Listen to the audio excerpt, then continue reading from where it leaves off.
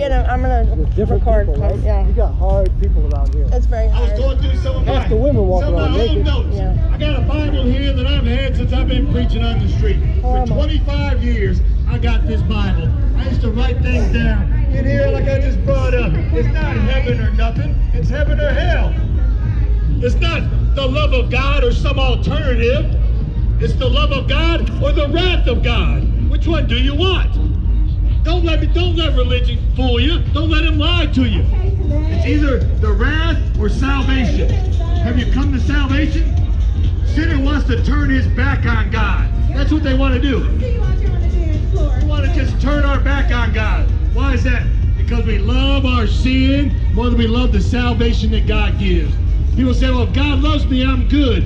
No, my friend, God loves you. That's why you're breathing on this earth. That's why God is coming to you. Yes, sir. Oh, God is good. God is good. Oh, I can't let you. You gonna say God is good? Okay, see?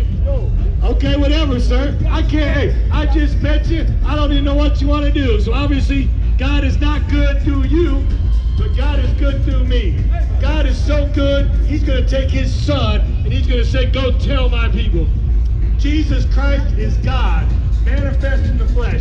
That's how you know the love of God came. God said, mankind is dying. Mankind is in sin. What must I do? So God Almighty became man. Became man in sin. He said, I'm going to pay for your sin. I'm going to take all your sins away. What do you want to do? What are you going to do? That's what he said he's going to do. So, and I can't block the way, just like all these bikes are.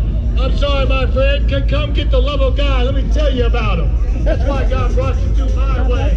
So God can tell you about his way. We say that God is love, God is good, and all the time God is both.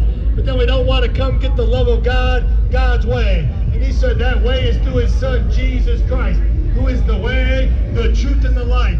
No man, that's all of mankind, cometh unto the Father but by him. There is no other way.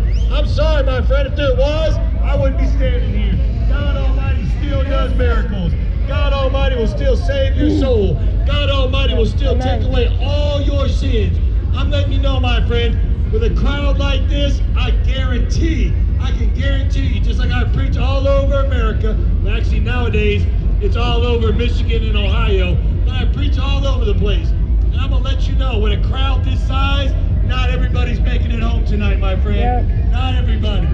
I'm sorry, the obituary column was filled today with people that did not think they would die yesterday. Don't let today be the day you could have turned to God. Don't let today be the day you could have bowed your knee to a Savior that loves you so much. He wants to take away your sin. He said, don't die. Please don't die. I want to give you life.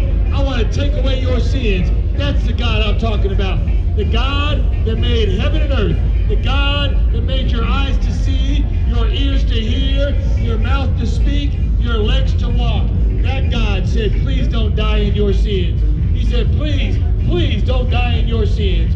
He said, I'm not willing that any should perish, but that all should come to repentance. That's the God I'm talking about. That will of God is that you don't die in your sins. That's a good God, my friend. That's the good God I'm speaking of. The good God that said, hey, you come unto me, I'll give you life. Amen. That's the God I want to speak about today. Look, I'm telling you, just like my brother that was just up here said, the wages of sin is death. There's so much sin in us. I heard one person say, we all sin. Exactly. So what are you going to do with that sin? It's not religion. Religion says do this or do that. Come here and do this. It says how much good is going to outweigh your bad. You can't find that anywhere in God's holy scriptures. God's holy scripture says one sin separates you from God. One sin separates you from God for all eternity. So I'm telling you, my friend, if one sin separates us from God, what can I do? How much good works would you have to do to balance that out? Not one of us can do it, my friend. So God said, since man can't do it, he'll come down and do it. So God took on flesh, walked this earth. Man became man. Why is that? To pay for man's sin. And he walked this earth with no sin. God said he became sin for us who knew no sin, that we might be made the righteousness of God in righteousness of God. I want to make you have as good as God is good, as holy as God is holy, as pure as God is pure. You say, preacher man, can you just tell me, what must I do to go to heaven? I just want to know, in one line, in one way whatsoever, how do I do it? You must be 100% sin-free.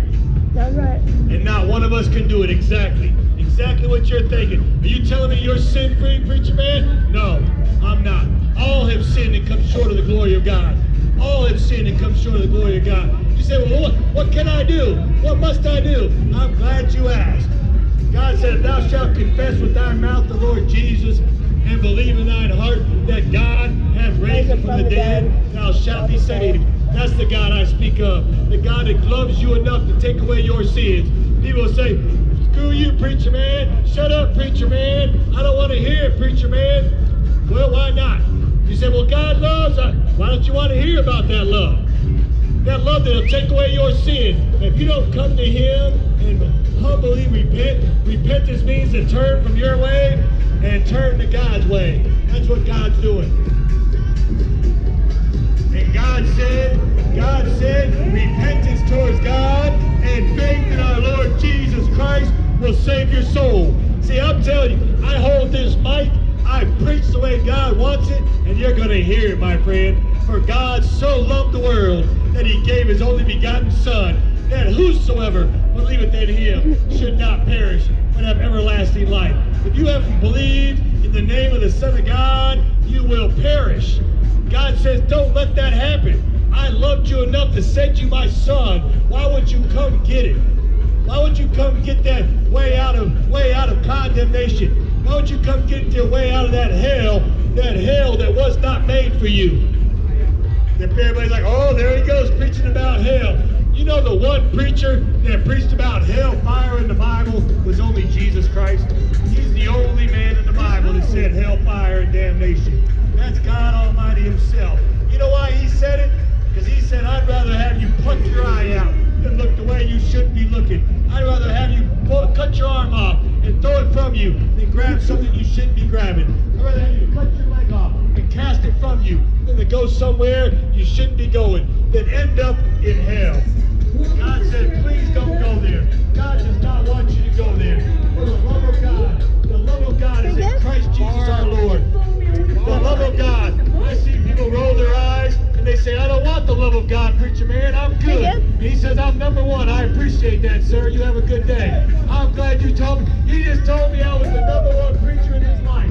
Thank you, sir. I appreciate that. I love it. You know why? Because God will even have somebody that don't believe in God to tell me that I'm number one when I'm preaching God's holy gospel. And that gospel is that God Almighty came into the flesh and Christ died for our sins. Now, he didn't die for you to say it's sin. He didn't die for you to love sin. He didn't die so you could smoke weed because God made all green herbs. God died for your sin according to the holy scriptures.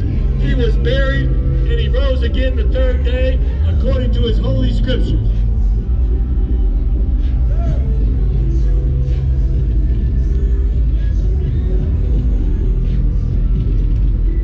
So, if we keep on going, I can get just as loud. We can get a little louder because you know why? The love of Christ constraineth us. You know what that means? The love of Jesus Christ has us go out here. Why is that? Therefore, seeing we have this ministry, as we have received mercy, we faint not, but renounce the hidden things of dishonesty, not walking in craftiness, nor handling the word of God deceitfully, but by manifestation of the truth, committing ourselves to every man's conscience in the sight of God. For if our gospel be hid, it is hid to them that are lost, in whom the God of this world hath blinded the minds of them which believe not, lest the light of the glorious gospel of Christ, who is the image of God, should shine unto them. That's why I come out here, my friend, because I don't want the gospel of God, the gospel of Christ to be hid from you. I don't want it to be lost from you. I don't want it to be taken away from you. I want you to enjoy the love of God, have the peace, the joy that passes all understanding. That's a good God. I used to look at a list like that sign right there. The sign right there says being filled with all unrighteousness, adulterers, liars, used to look at that list right there, and I used to say, well, that makes us all guilty. Yes. Yes. The Bible says, for all have sinned and come short of the glory of God. But that love of God said, you come unto me, and I'll take away all your sins. I'll make you as holy as God is holy, as righteous as God is righteous, as pure as God is pure. God will take away your sins and give you all his righteousness. It's better than bankruptcy, my friend. It's showing yourself you can't pay that debt. You throw it on God, and he wipes your record clean. He takes away all your sin and wipes it clean. The love of God wants to take away all your sin and give you all his righteousness. When Jesus Christ came and died for you, he took your sins on himself and exchanged it. He said, if you want this transaction, I'll take away your sins. God Almighty in his holy scripture says, we're on death row. We're walking on death row, just waiting to die and go to hell. God says, don't go. God says, please don't go. God says, I paid for all your sin. I don't want you to go there. God, you know what God did? I was preaching this the other day. God opened up the prison door, and you're on death row. He said, come to me. I'll let you free. Come to me. And you're sitting in that jail cell saying, nope, I don't want to hear it, preacher man. And you keep walking. You look to the cell next to you and say, nope, I'm good. I don't want to get out of jail. I want to stay bound up in sin. God said, I opened up the door for you, and I want to give you life. Come unto God, he'll give you life. Come unto God, he'll take away your sin. Come unto God, he'll give you everlasting life. That's a good God. That God Almighty said, I'll take away your sin. Jesus Christ, by whom we have now received the atonement. That's what that verse says, sir. You know what atonement means? He took your place. He took your place and atoned for your sins. He paid your sins. He made the wrath of God satisfied for you. All you have to do is come to him. Amen. And he'll be happy to take away your sins. Amen. My friend, we got a table right there that says Jesus saves. Let's talk about it. One of these gentlemen, one of these nice ladies right here will be happy to tell you about the love of God that can take away your sins. They'd be happy to introduce you to a wonderful Savior, to a wonderful, loving God that'll take away your sins. While you continue to get old and just die like we're doing. We don't look the same way we did 10 years ago, 20 years ago. Why? Because we're dying. And that lady right there agrees with me. Why is that? Because it's appointed unto man once to die. We all know everybody's going to die. This man knows it. I know it. And guess what?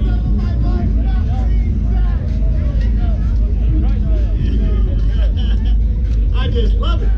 I just love it. Woo! Let's go. God is that good. Woo! That's why I'm here. Woo! The love of God wants to take away your sins. The love of God wants to take away your sins and take your place. That's what it's about. I told you, it's not heaven or nothing. It's heaven or hell. It's not heaven or just poof, I'm gone. It's heaven or the wrath of God that abideth on you. We will die in this world, but your soul's going to live somewhere. When it dies, where you're going to go. God says, don't die in your sin. It's all a joke. See, that's where she wants to go. It's a choice. That's how you know there's a loving God. He's never going to pick you up and force you to go to heaven. He's not going to pick you up and say, that's where you go. God said it's a choice. Here you go, my friend. The love of God's right there. He opened your jail door, and he said, come on out. He said, you come on out, and I'll give you life. But we're sitting inside that jail. We're sitting on death row saying, God, I got my way. You got your truth, I got mine. God, I'm going to go ahead and do it my own way. God, I was baptized. We're sitting there in the jail door while God's got it open. And God says, come on out. You're free. You're free. But we'd rather sit in that jail door and say, God, I don't want to be free. I love the way I am. I'm going to handle it my way. And you say, well, here's the thing. Take a picture of a house. Right? If the house is heaven, Jesus Christ is the door. Repentance is that front porch. You have to repent and turn to God, and he'll let you in. You come to that door, he'd be happy to open it up for you. You said, but I've been baptized as a kid. That's going in the wrong way. That's an upstairs bedroom. That's the wrong room. God wants to save your soul. God wants to take away your sins. God wants to give you life everlasting. Will you come unto him? That's the God I'm talking about. That God wants to give you life. The love of God wants to take away your sins. Look at this.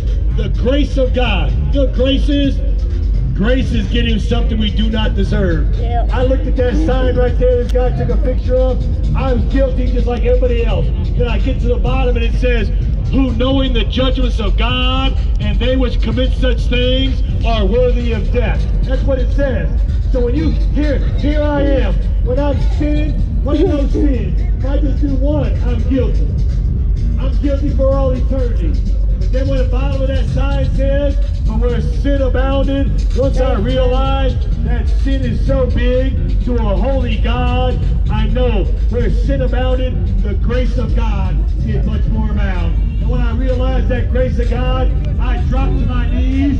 I came down here and I dropped to my knees and I said, Lord God, please save me. Only God can save me. Drop to your knees anywhere you're at and God will save you. God will take away your sins. God will save your soul. But we're so bad, we say, look, that's how you know there's a God. Because she don't want it, he don't want it. Whoever doesn't want it, God gives you a choice. He's never going to force you into heaven. Live it up, die in your sins, and God said, please don't go there. That's what God said. He's not willing that you go there, but he's never going to go against your will. You want to die in your sins? Die in your sins. But God said, please don't die in your sins. I'll give you everlasting life. But you got to come to him. Right. Why would you come to a God that offers you eternal life?